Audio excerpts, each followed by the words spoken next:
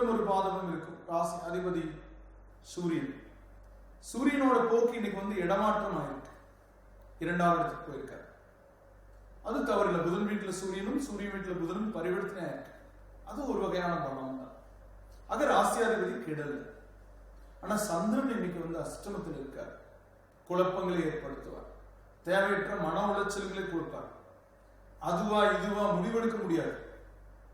அந்த பக்கம் பேசுறதா இந்த பக்கம் பேசுறதான்னு எந்த பக்கம் பேச முடியாம தவிக்கக்கூடிய நிலையில இருக்கக்கூடியவங்க மாதிரி நீங்களும் இருப்பீங்க. இந்த சூழல்ல அவசர முடிவுகள் எடுக்கக்கூடாது, யோசிச்சு முடிவெடுக்கணும்.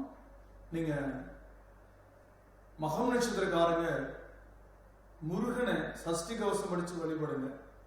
அந்த கல்வியில் இருக்கிற மறதியும் நீங்கும்.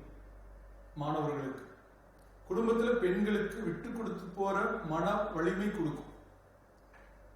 பூர நட்சத்திரத்துல பிறந்தவங்களுக்கு இணையோட சில முரண்பாடான கருத்துக்கள் ஏற்படக்கூடிய நாள்.